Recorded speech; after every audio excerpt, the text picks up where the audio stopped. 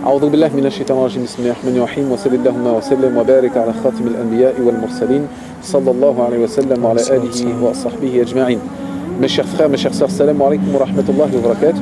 Marhaban bikoum dans cette nouvelle rencontre dans laquelle nous avons l'honneur et la chance d'accueillir notre frère Nadir. Marhaban bik, mon frère. C'est la deuxième fois que tu viens nous rendre visite à Joelito. Alhamdulillah, tu étais venu nous rendre visite en décembre 2011, si mes souvenirs sont bons. Voilà. Quelles sont un petit peu tes premières impressions quant à l'accueil et ta venue ici chez nous à Joelito? Bismillah, alhamdulillah, wa salatu wa salam ala rasulillah wa ala alihi wa sahbihi wa man wala. Rabbi sharah li sadri wa yassir li amri wahlul 'uqdatan min lisani yafqahu qawli. Wallah, akhi, regarde, il fait très froid. Mais quand je dis froid, c'est Allah yibarak, mashallah. Et en ce moment, grâce à Allah Azza wa Jal, on a été un petit peu éprouvé par des problèmes de santé dû à ce froid. Alhamdulillah, ala kulli hal, c'est, Inch'Allah, on espère des péchés qu'on a en trop qui partent. Moi, tout simplement, franchement, je suis honoré d'être avec toi, Akhi Mohamed. Allah, il est témoin que je t'aime pour Allah subhanahu wa ta'ala et que j'ai été ravi de cette invitation. Je sais que ça fait longtemps que l'invitation a été réservée avec les frères de l'association. Et entre nous, et c'est un message aussi qu'on donne aux auditeurs, nous, on a vraiment beaucoup de mal maintenant à se déplacer comparé à avant. On a de plus en plus de responsabilités, de choses qui nous attachent un peu, qui nous retiennent sur Paris. Ça fait que beaucoup de gens ne comprennent pas pourquoi est-ce que des fois on donne des dates qui sont lointaines ou des fois on est tout simplement indisponible ou qu'on annule certaines conférences. C'est tout simplement que plus le temps il avance, plus on a du mal justement à se déplacer. Mais entre nous, j'ai pas hésité une seconde quand on m'a dit tu dois rencontrer ton frère Mohamed. François, qu'Allah te préserve et qu'il te récompense. Je suis vraiment très content de vos efforts ici et de l'évolution, alhamdulillah. Donc toujours le même accueil ici, chaleureux, avec les frères Abdelrahim, les frères qui sont autour de toi. Un bon noyau, qu'Allah les préserve, mashallah. Sache que c'est un plaisir pour nous de t'accueillir. Et ça renforce aussi nos liens de fraternité, on en parlera peut-être à la fin de cette intervention. Le sujet qui t'a été proposé aujourd'hui est donc le sujet relatif à l'éducation spirituelle chez les compagnons, les tabi'in. Est-ce que c'est un sujet qui te parle et qui est important à traiter selon toi? Voilà, Akhi, regarde, c'est toi qui m'as proposé le thème. Je ne l'avais pas en tête, c'est-à-dire j'aurais aimé un jour en parler, mais ce n'était pas dans le programme de parler de ça.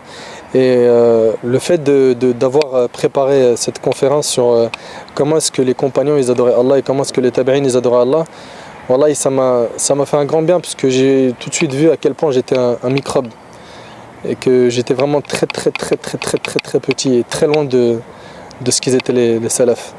On espère qu'Allah subhanahu wa ta'ala nous facilitera de suivre leurs traces parce qu'ils ont levé la barre haute et ils ont fait beaucoup d'efforts et c'est eux nos modèles et nos exemples. Et si seulement on essayait de les suivre, parce que chacun d'entre nous sait qu'il est noyé dans l'insouciance, les péchés, les plaisirs éphémères de ce bas monde, etc. Et tout le monde cherche à remonter la pente. Mais le problème c'est qu'on n'a pas vu concrètement comment est-ce que certains ont remonté la pente. Savoir Sahaba, comment est-ce qu'ils étaient avant l'islam et comment ils sont devenus après l'islam, comment est-ce qu'ils sont passés de bergers à chefs et gouverneurs du monde entier. Donc avoir ces modèles en tête, franchement ça donne beaucoup d'espoir et ça motive la personne. Alhamdulillah, ça a été vraiment bénéfique, mashallah. On espère que, comme j'en ai pu profiter modestement, que les gens ils en profiteront, Inch'Allah. Inch'Allah, on va en profiter, effectivement.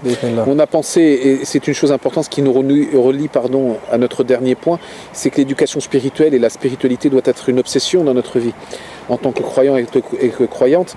Et c'est pour ça que nous la relions aussi à la fraternité, cette spiritualité, d'une part qui est le propre de la relation entre un croyant et son Seigneur, et puis également la fraternité vis-à-vis de nos frères et de nos sœurs. Donc nous réitérons notre amour pour toi, notre frère Nadir, ainsi qu'à tous les frères qui t'accompagnent à travers l'association de Déclic et Doros.net, que vous pouvez bien évidemment consulter.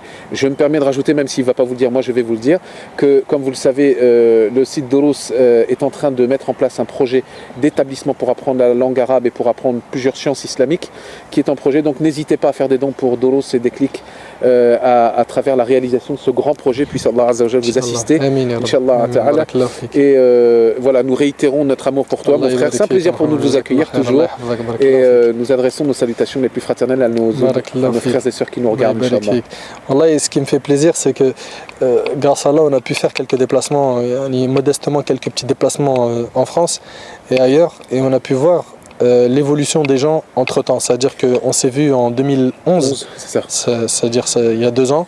On a vu d'autres frères à Marseille, je ne sais pas il y a combien de temps, d'autres à Perpignan, etc., etc. Et ce qui fait plaisir, c'est de voir aujourd'hui que, par exemple, quand on dit Avignon, on sait qu'on peut compter sur des gens comme Alif Lam Mim, à Marseille, comme l'association Miséricorde.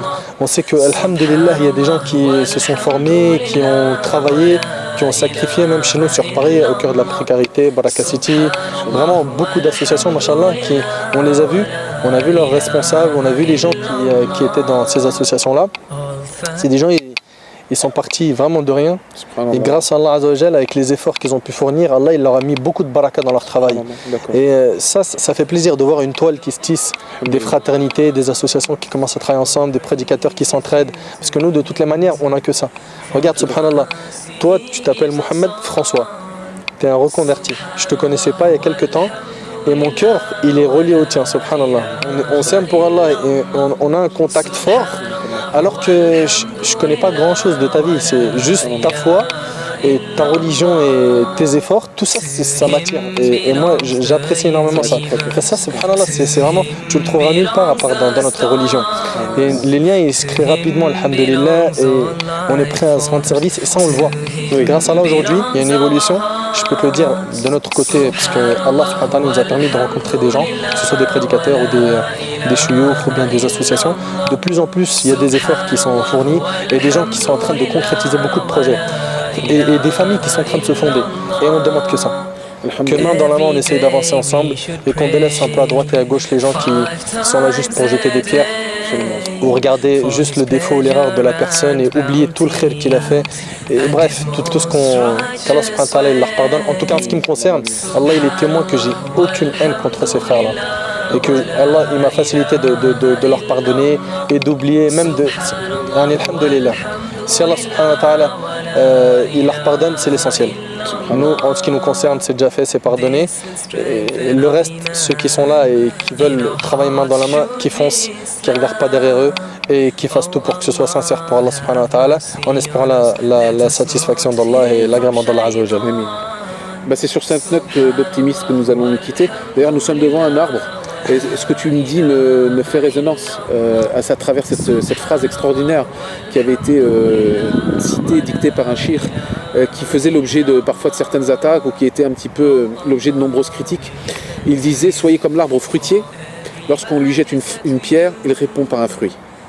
Voilà, donc Inch'Allah qu'on puisse être un arbre fruitier, Inch'Allah Azza wa Jal.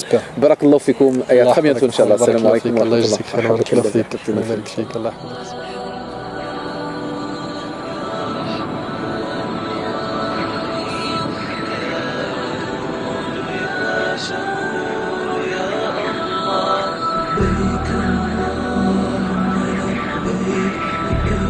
شريك لك لبيك إن الحمد والنعمة